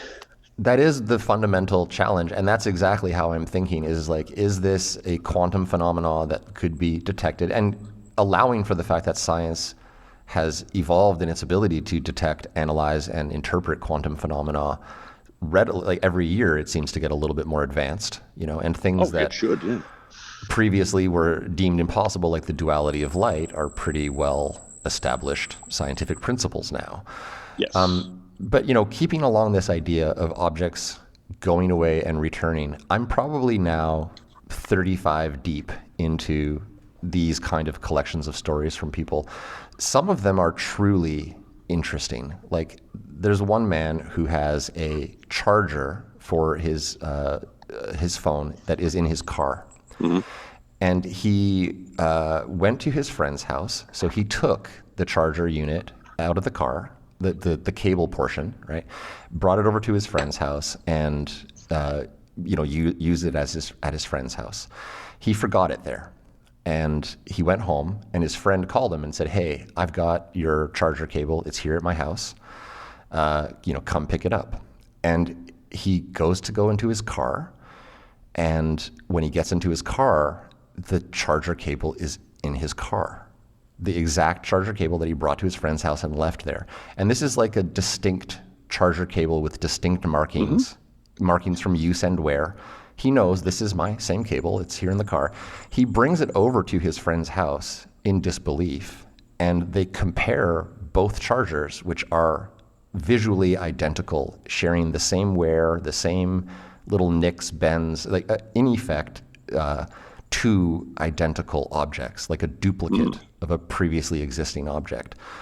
So that throws some interesting like conjecture into how one might develop a hypothesis around this subject, is that some people are quote unquote losing something, finding it, only to then later find the actual lost object, and are able to compare them side by side as being visually identical. The challenge there is, how do you establish that a priori?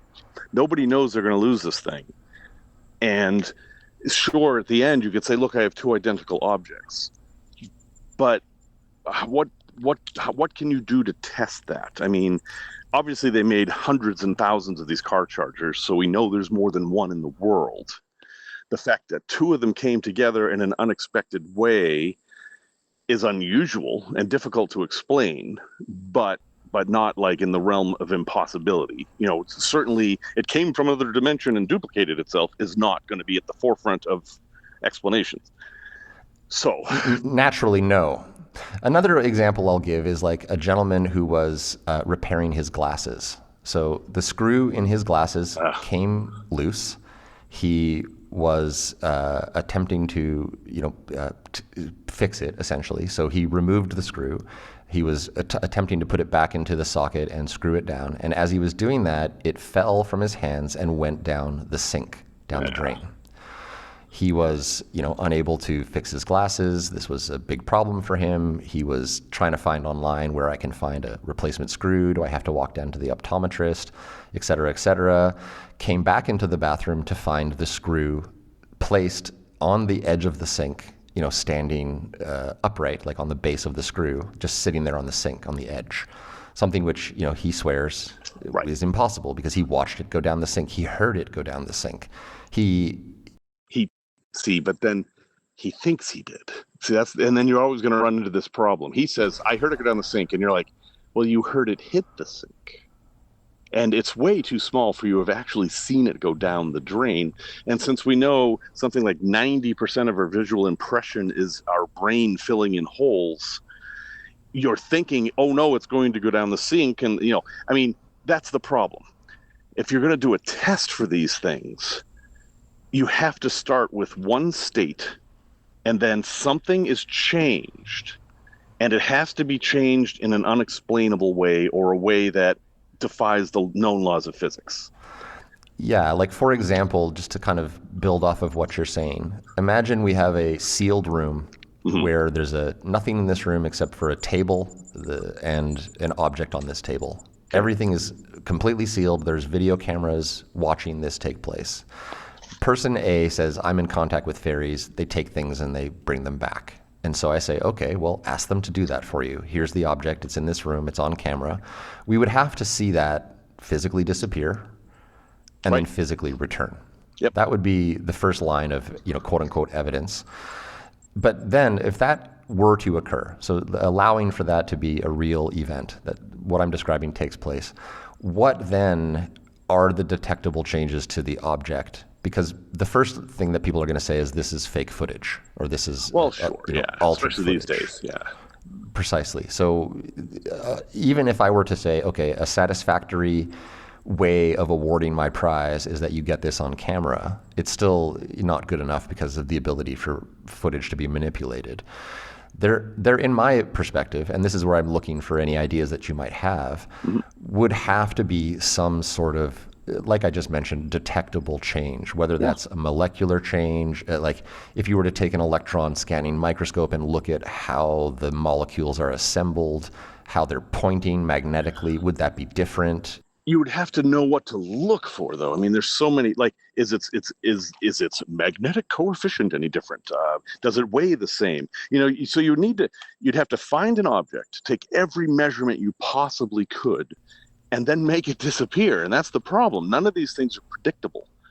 That guy didn't know his screw was going to do that. She didn't know that the plate in the kitchen was going to do that. It could have been a fork. So that's the real problem, is you don't know where to start from. Now, if you had, all right, for example, if someone could take those two cables, that was a fairly solid example, because you had two of the objects, and look at the differences between them, they might find out some interesting things. For example, maybe upon examination, they found out that one was made in actually a different factory, or there was a lot number in there and it was from a different lot, or maybe there's a serial number and they have the same serial number, which should not be possible. You gather more data as to figuring out what exactly happened. It's tricky, and that's where the challenge becomes a real problem, because the challenge has to be very, very tight, locked down. You claim that this is going to happen under these conditions. If it does, you win. If it doesn't, you don't. And what you're still in an investigative stage where we don't really know what's happening, and it's not under anyone's control. So, I mean, you could take one of these objects and have someone examine it. If somehow you found a place where this happened a lot, there is something that you could do, which would be to use a radioactive isotope with a short half-life, because that is a very precise thing. We know exactly what the reading should be over a given amount of time. If the thing disappears, would that affect the time? I mean, is it disappearing from existence, or is it just going somewhere else where that radioactive counter still ticks? It would be interesting to find out. But this is stuff that's going to be really difficult for laymen to do. I mean, this is getting to be fairly high-level physics. You're I think, feeding back to me many of the same thought experiment concerns that I have when I try to run this through my head as to how to structure it, which is why I said in my email to you, I'd love any feedback on how you might structure such a challenge. And allowing for the fact that, okay, I, on some level, have to let the participant dictate some of the conditions. Well, exactly. I mean, so what is the goal here? Is for them to prove that something is happening? I mean, you have to be very precise in what you're trying to prove. Like, you have to do this unexplainable thing, or you have to do something for which there's no explanation, or you have to teleport this thing from here to here. It has to be very, very precise. Else, it'll be, oh, well, that's what I meant. There's a famous thing where there's a shape that you can draw that you can argue is anything. I drew a shape in an envelope. What is it? And it's like, oh, here, let me draw it on a piece of paper and show it. It's like, see? And they open theirs and it's like, no, I drew a bird. And see, this is a bird. You can see the wings here and the head, or it's a house, or it's a car. And you'll run into that problem unless you're very, very precise in that this plate has to reappear here, or this plate has to, making the plate disappear would be good enough. Or actually making it just disappear would be good enough. You're right. It doesn't have to reappear. It's true. And you can, and now, okay, so you make a plate disappear. Video isn't going to be any use at all in that. I mean, witnesses will be as useful as witnesses can be. You can have 3 people in the room testify that this plate disappeared in front of them. Of course, that's where the entire Mormon religion comes from, is people testifying that these golden plates appeared. That is tricky. But you can do things that have measurements. For example, you can have the object be on a scale, a very precise scale. That scale can have an alarm that if anything changes, it goes off. When the plate disappears, the scale's going to change. You get air pressure, things like that. Really tangible things. But this is not an easy problem. This is a difficult thing. It's much easier to test a psychic. Yeah, I understand why it's much easier to test a psychic because it's data-driven testing. Well, it's like, hey, I've got an envelope here. It's got a number in it. What's the number? If you can tell me, you win. It's they either do or they don't. It's if they say something like, well, it's over 1,000, but I don't think it's quite 9,000. No, tell me what the number is. And you're going to be in that vague area of could be 1,000, could be 9,000, but that's close enough with almost all of this. So you've really got to. You're in this stage now where you're investigating. What are the characteristics of this phenomenon that you're experiencing? What happens? What doesn't happen? Does it always happen at the same type of day, to the same type of people, at the same time of year? What's the phase of the moon? I mean, all this data has to be examined until patterns start emerging. And you're like, this only happens north of the equator. Why? And then you start answering the whys. This only happens after midnight. Why? You're kind of too early to be testing because you don't know what you're testing for. That's accurate, and I have been toying with the idea of structuring a challenge and then announcing the challenge for two real reasons. One is the potential of structuring a challenge such that science is advanced and we learn something new. Yeah. The other is to highlight what we've touched on earlier in our conversation, which is that because this is so difficult to articulate in a way that could then translate into an empirically, driven science-based test, is rationale enough to sort of say to the community, you're not correct here. Like, if you're so convinced that this is the way things are, then just, help me understand how I would test for it. It's pretty simple. Well, you could start with that. Actually, start with it. You pick an impressive amount of money. I mean, whatever you think is good, and say that you're going to offer this, and you need help with the community. You can just say that you need help from the community to design a foolproof test that will demonstrate once and for all that whatever you want to say, fairies are real, objects teleport. You're dealing with Charles Fort people at that point. Whatever it is. And then, because what you are trying to do is get answers, and this will bring some people out of the woodwork, maybe who will have some information that might be useful to you. You could also kind of turn this into a bit of a game show, not to make light of it, but to have it be such that someone's going to win the prize no matter what. And you could do it in this form where you appoint a committee of people who are going to decide on what the most likely explanation is. Doesn't have to be correct, but it has to be most likely. And then you put out a call for submissions for explanations. You create a video, a document of some sort that explains every last thing you can about this event, put it out to the universe, and then have a committee of people who can be some paranormalists, should also have some skeptics. You'd have to work very hard to get a credible board. And then whoever they pick by a majority or whatever gets the prize. Interesting. That would encourage people to come forward. Maybe. If you got money to throw at it, this is just ideas. I mean, my working title is the $100,000 fairy prize. Okay, that's enough. That's enough to impress people.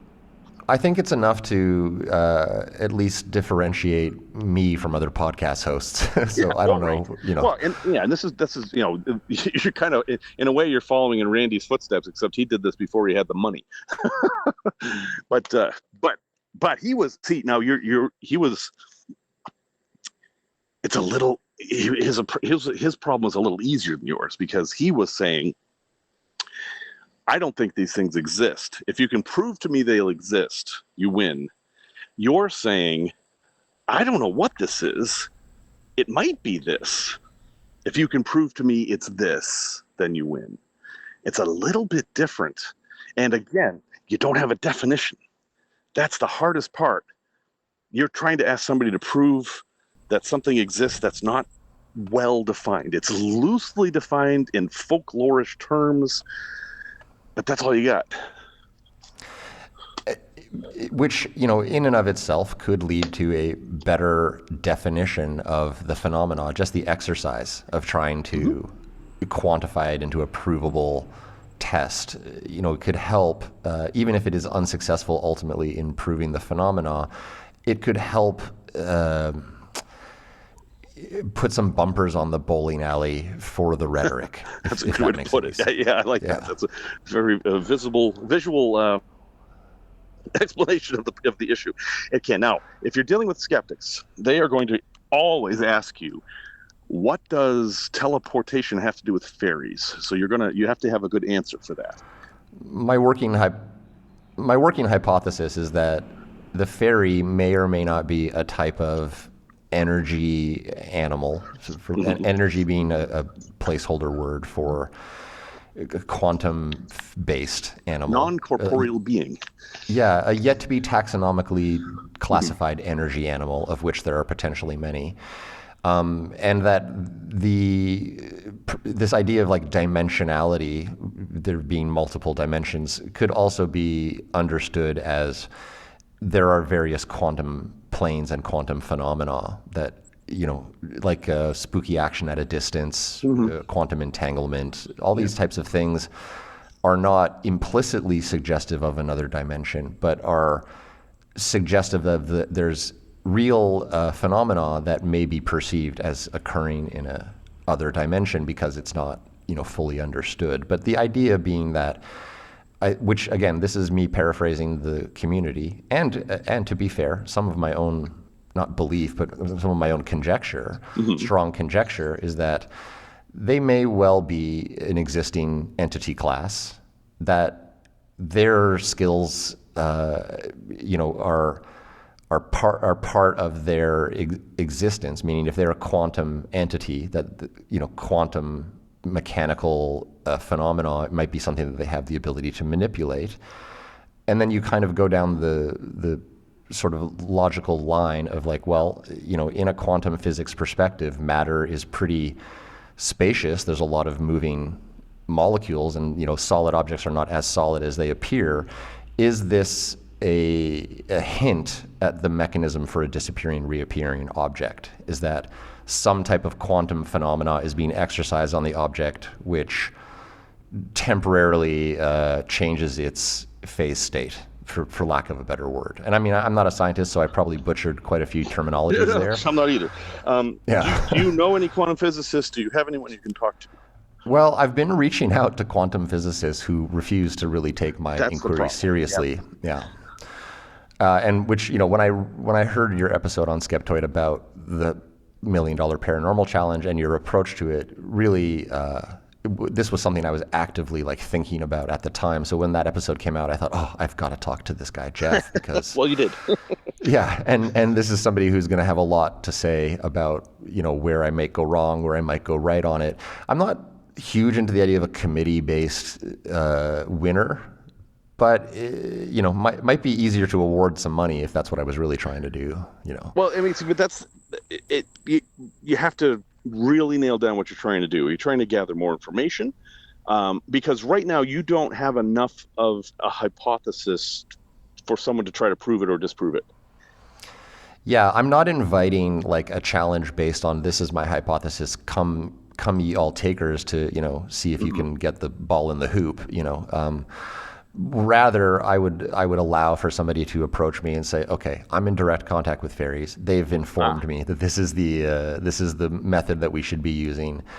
They're happy to execute if we structure things this way. And I'll say, okay. And then what would be the outcome that we're testing for? If somebody came to me with a fully formed structure of a test and a hypothesis, and it seems like something that I could be amicable to, I would allow for that, to happen. It doesn't have to be by my terms, because admittedly, I am not qualified enough to set those boundaries as to what the test may or may not be. So that's kind of where I'm at, and I haven't announced this challenge yet, though. I'm pretty serious about doing it. I think I ultimately will when I get a little bit further stable around how I might word that so as to attract the right kind of attention. You've met the true believers. I'm sure you've met people that actually think the Cottingley fairies were real. Tell me a little bit about this Cottingley Fairies investigation you did, if you have 5 minutes. Oh, yeah. Well, you can get the book. I mean, that'll explain everything, but I can give you the real short version. The name of the book is, the book is Flim Flam by James Randi. He goes completely into the whole thing. But these girls took these pictures of fairies, like, this is like it's after World War I. So, or it's during World War I, I think. I think it was 1916. Don't remember the exact date, but it was around there, and they're amazing photos. I mean, they're fairies. They're wearing clothes. They're smoking little pipes, and they are right there with these girls in their garden in England. And it's irrefutable that there are photos of these girls with fairies. And Arthur Conan Doyle, of all people, took an interest and absolutely promoted these as being the real deal. And he, at his expense, had the photographs sent to Kodak, who verified that these were single exposure, that there was no trickery with the film. These pictures, the lens saw depicted on the paper. So they went on tour, and they had a promoter. And at one point, James Randi actually acquired the glass slides of the fairies that were used on these tours. So we actually had the originals, which is amazing. But it wasn't real. We know exactly what happened. These girls had a device called a magic lantern, which was an unusual device for girls to have at that time. But they cut out pictures of fairies that were drawn in a book called Princess Mary's Gift Book, which was a charity book that the royal family had put out to raise money for soldiers. It might have been the Boer War. There's been so many wars, but it was to raise money for soldiers after a war. And the girls had that, and they cut them out and put them in their magic lantern and blew them up and traced them, and then literally took their pictures next to these paper cutout fairies in the garden. And the girls never, ever tried to tell anybody that they saw fairies. Other people saw the photos and believed they were real, including Arthur Conan Doyle. And then by that time, the girls were trapped, and they were like, yeah, there were fairies. You know, it reminds me of the Salem witches story. I grew up in Salem, Massachusetts, so I have an affinity for that nonsense. Anyway, there are people today who claim that Randi is engaged in some conspiracy theory to discredit the girls, that they actually did see fairies. We have the photographic proof of them. So, Randy is actually just trying to play a game here. But I can tell you this, and I did this myself. You can buy a copy of Princess Mary's Gift Book fairly cheaply, even though it's a very old book. There were so many printed. They're like $10 on eBay or wherever. And then compare it to the photos of the Cottingley fairies, which you can easily find on Google. And you can see it's the same fairies that are in the book. This is true. I've seen this. The silhouettes and the trace lines are more or less identical. Yep. And but we were contacted by several people who swore up and down that those are real fairies. And those fairies do not have the same characteristics as your fairy, if we can call it that. And this is part of the problem with definitions. Nothing you described matches in those photos except size and a humanoid shape. I guess you could give it that too. Small humanoid. That was the only thing that matched. Essentially, you're correct. And as I go through like what I would consider quote unquote evidence in the fairy subgenre of the paranormal, there's a huge lack of what you could consider evidence. Like if you contrast it with Bigfoot, you've got a number of photos, videos, etc., that are purporting to be the real phenomena. Yeah. Whereas with the fairy phenomena, absent these Cottingley fairies photos, what would be the next reference point you pointed to as real proof of fairies that have been put forward? It doesn't really exist. I mean, there isn't. You've got lore. People have seen, but before there was Bigfoot, people saw ogres. People don't see ogres anymore. I mean, those forest trolls, I guess Thor's doing a good job because we haven't seen any of the snow trolls or forest trolls coming. There's always been these things that people have seen throughout folklore.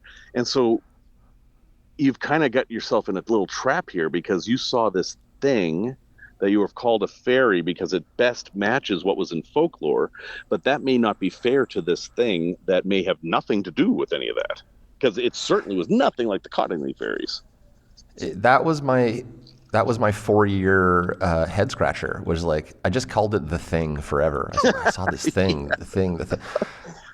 And after really being unable to forget what I saw and the emotional impact that it had on me, and I begrudgingly, like I said earlier, said, okay, if I'm going to go with any hypothesis of what I saw, I'm going to stick to the fact that this fucking thing had wings and it was a small, diminutive human shape and appeared to be moving independently like a real entity. This wasn't like again, the electrical arc across the power line is a pretty good starting point for debunking, actually, because it does share many of the characteristics I've described.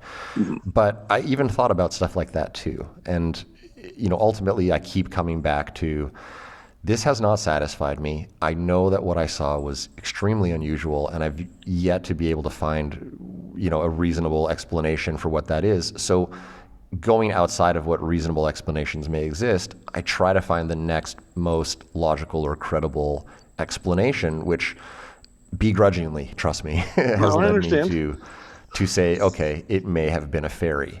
Now, that starting point, is a good premise for a podcast. It makes for entertaining content, especially for the community that wants to reinforce and validate their own beliefs. My podcast can be held up by a lot of that community as further proof, as evidence of the magic of this phenomena. And I'll be the first to admit that there are pretty interesting things that have gone down, like I tried to kind of tell you at the start of our conversation, that really continue to make me scratch my head. But that just makes me more and more emphatic that I need to know what I'm dealing with here, so that I can either find the ultimate purpose for my work, which is to champion a real scientific anomaly that is not well understood. Yeah, that all sounds reasonable to me. I don't know what else I can offer you at this point, although, are you familiar with the podcast Squaring the Strange with Ben Radford? No. So Ben Radford is a well-known skeptic author, and he does a podcast with Celestia Ward. I know them both, and they would be, let me see if I can put this in the right terms. Ben is the person who solved the Chupacabra mystery. And he has also done innumerable haunted house things. But what sets him apart in this regard is he doesn't have an axe to grind. He is genuinely interested in solving the mystery, and Celestia is too. I don't know that you would be interested in talking with them, but if you wanted to do kind of a cross-podcast thing, they would probably be interested in talking to you, and I can certainly do an introduction. That would be really welcome. Any further dialogues that I can have that, help me broaden my understanding of both myself and the subject matter are totally welcome to me. Okay. I'll do a group email. I'll include you and then and I can be there or not. I don't care. But since you know me, I can tell you this. If I were there, I would act as a bit of a guard. If things started to go off the rails, I would bring them back, because I cannot stand when curious people are berated for being curious. It drives me crazy. And so anyway, but yes, I can do that. I can start with an email and we can see what happens. But I have to say, I appreciate you reaching out to me, because this has been fascinating. And I, like you, would really love to know what you saw. I would like to see it myself, which I don't see how I could make happen. Well, if I were to paraphrase even myself at times and my many guests, I would say, I'll just ask the fairy to come and show itself to you. And please do. You might have to ask the psychic what its name is, but seriously. There's a test right there.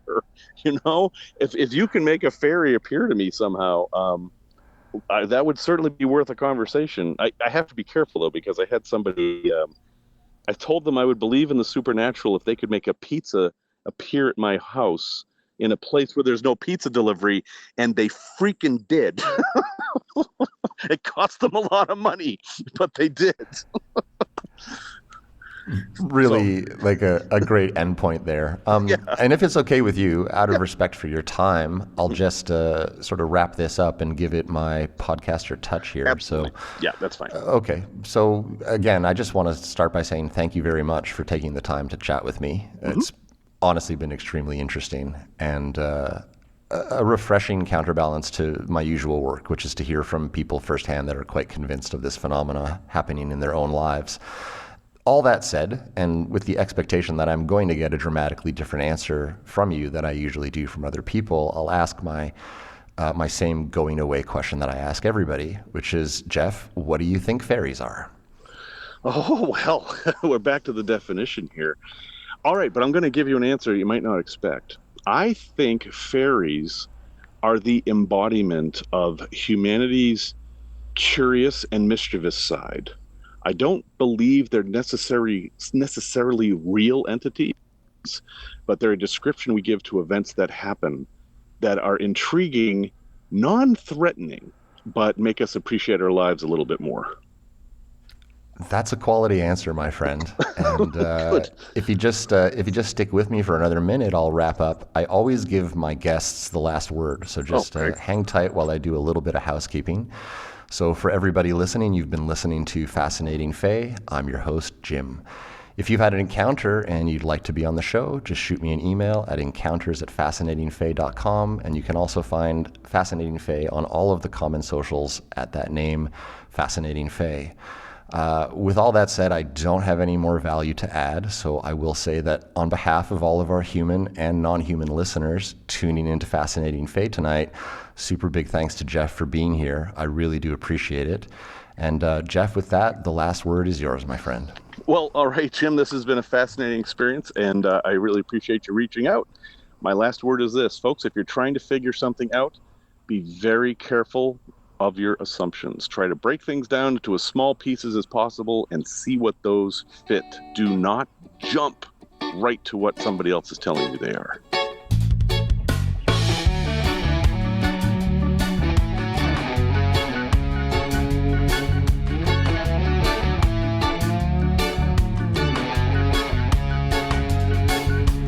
Thinking of the weight of the world and I'm carrying the largest load.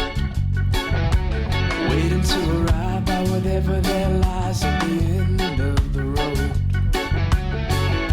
If anybody's listening, then please do heed the call. If ever there was need, it's time to tumble all the walls. Is there anybody out there anyway? Is there anybody out there anyway? The nature of man, and is there a master plan? 100 million dead by another man's hand, and still the bombs aren't banned. And you can feel the thunder of the babies when they blow. Now you can see their halos when they walk into the room. Is there anybody out there anyway? Is there anybody out there anyway? Well, I don't see how there can actually be, or else they would try to intervene.